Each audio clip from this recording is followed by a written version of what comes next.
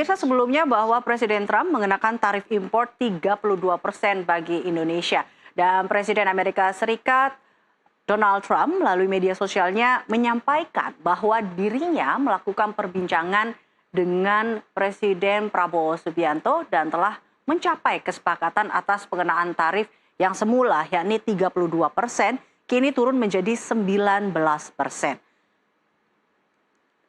Dan kita akan tanyakan langsung dengan pakar hubungan internasional sudah bergabung bersama kami dalam Breaking News NTV, ada Prof. Hikmahanto Juwana. Terima kasih Prof telah bergabung sama kami, Prof.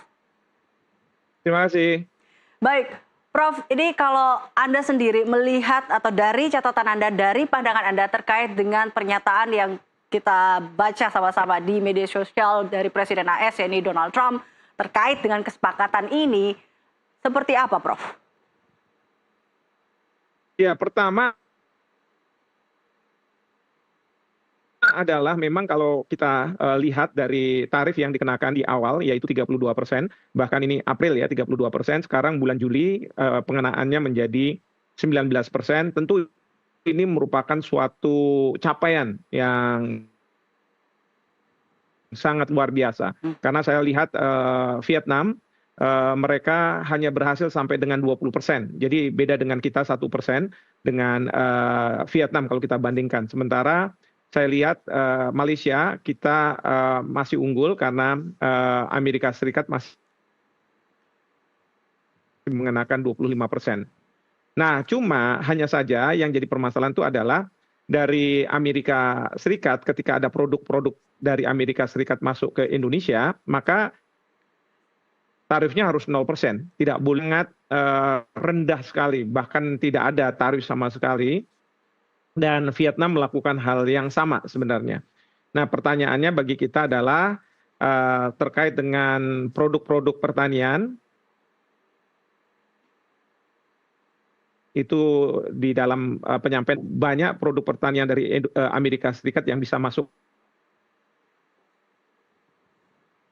ke Indonesia tanpa dikenakan tarif. Akan mungkin lebih terbuka karena demand permintaan dari Indonesia akan lebih besar. Cuman permasalahannya bagi kita di Indonesia, pertama adalah para petani kita itu tentu akan harus bersaing dengan petani-petani Amerika Serikat yang sudah mekanis, sementara kita masih tradisional. Dan kemudian juga keinginan Bapak Presiden untuk kita bisa swasembada itu ada kekhawatiran. Karena apa? Karena kalau misalnya harga dari Amerika Serikat produk-produk pertanian itu akan lebih murah, produk-produk dari Amerika Serikat ketimbang dari para petani Indonesia. Nah, pertanyaannya adalah bagaimana ini swasembada terkait dengan masalah ini. Belum lagi kalau misalnya mobil-mobil dari Amerika Serikat,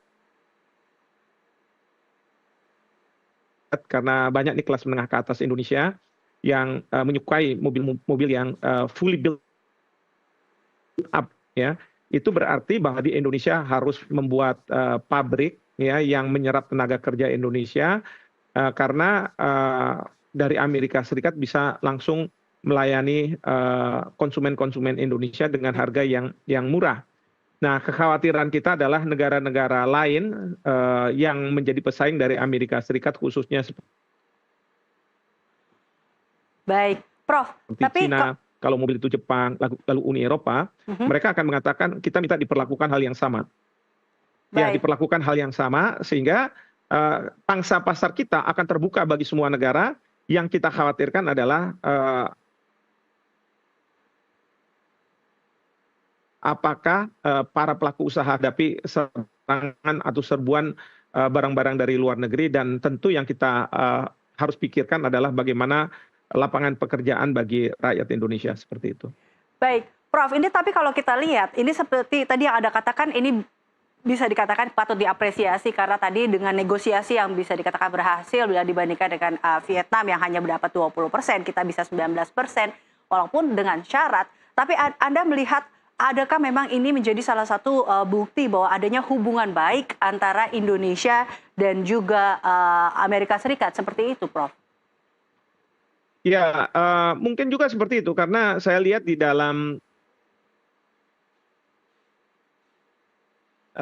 TikTok yang ada di mana mengcapture Presiden Trump berbicara, beliau sangat menyanjung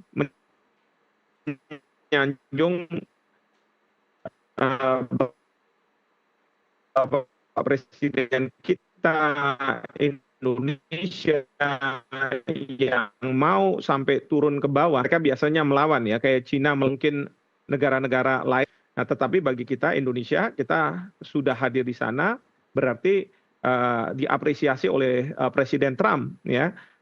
Nah, cuman sekarang tinggal konsekuensinya adalah pemerintah harus bisa mengupayakan agar dampak dari tarif yang 0% terhadap produk-produk Amerika Serikat itu tidak kemudian mematikan industri-industri dalam negeri. Dan jangan lupa bahwa Presiden Trump mengatakan bahwa kepada negara-negara yang mau berinvestasi di Amerika Serikat maka tarifnya 0.